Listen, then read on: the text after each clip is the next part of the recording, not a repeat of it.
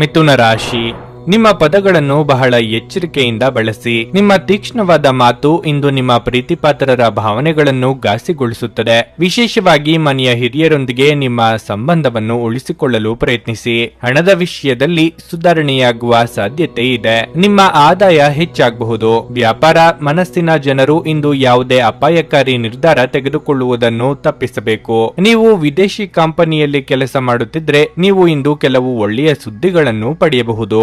ವಿದ್ಯಾರ್ಥಿಗಳು ತಮ್ಮ ಕಠಿಣ ಪರಿಶ್ರಮದ ಸರಿಯಾದ ಫಲಿತಾಂಶವನ್ನು ಪಡೆಯಬಹುದು. ನೀವು ಉನ್ನತ ಶಿಕ್ಷಣಕ್ಕಾಗಿ ಪ್ರಯತ್ನಿಸುತ್ತಿದ್ರೆ ಇಂದು ನಿಮಗೆ ತುಂಬಾ ಶುಭವಾಗುತ್ತದೆ. ಆರೋಗ್ಯದ ಬಗ್ಗೆ ಹೇಳುವುದಾದ್ರೆ ಮೂಳೆಗಳಿಗೆ ಸಂಬಂಧಿಸಿದ ಸಮಸ್ಯೆಗಳು ಕಾಣಿಸಿಕೊಳ್ಳಬಹುದು. ಧನಾಗಮನದಲ್ಲಿ ವಿಳಂಬವಾಗುವುದರಿಂದ ಅಂದುಕೊಂಡ ಕೆಲಸಗಳು ಪೂರ್ತಿಯಾಗದು. ಮನೆಯಲ್ಲಿ ಶುಭ ಮಂಗಳ ಕಾರ್ಯ ನೆರವೇರಲಿದೆ. ಬಂಧು ಬಳಗದವರ ಭೇಟಿಯಾಗಲಿದ್ದೀರಿ.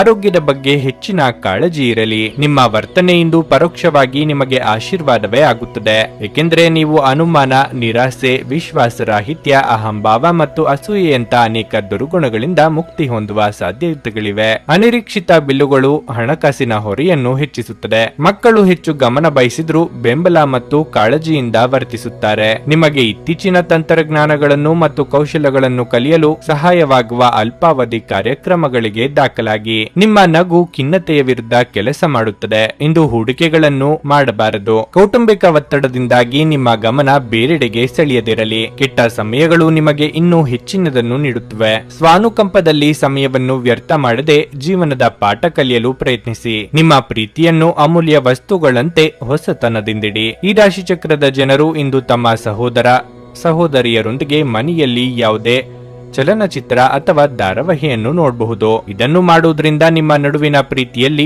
ಹೆಚ್ಚಳವಾಗುತ್ತದೆ. ನಿಮ್ಮ ಸಂಗಾತಿಯು ಇಂದು ನಿಮ್ಮನ್ನು ಸಂತೋಷಗೊಳಿಸುವಲ್ಲಿ ಪ್ರಯತ್ನಗಳನ್ನು ಮಾಡುತ್ತಾರೆ. ಕಚೇರಿಯಲ್ಲಿ ಸ್ನೇಹಿತರೊಂದಿಗೆ ಹೆಚ್ಚಿನ ಸಮಯವನ್ನು ಕಳೆಯುವುದು ನಿಮಗೆ ಉತ್ತಮವಾಗಿಲ್ಲ. ಅದನ್ನು ಮಾಡುವುದರಿಂದ ನೀವು ನಿಮ್ಮ ಕುಟುಂಬದ ಸದಸ್ಯರ ಕೋಪಕ್ಕೆ ಗುರಿಯಾಗಬಹುದು. ನಿಮ್ಮ ಇಂದಿನ ಅದೃಷ್ಟ ಸಂಖ್ಯೆ 8. ನಿಮ್ಮ ಇಂದಿನ ಅದೃಷ್ಟ ಬಣ್ಣ ಹಳದಿ. ನಿಮ್ಮ ಇಂದಿನ ಉತ್ತಮ ಸಮಯ ಮಧ್ಯಾಹ್ನ 1:45 ಸಂಜೆ 5 ರವರೆಗೆ.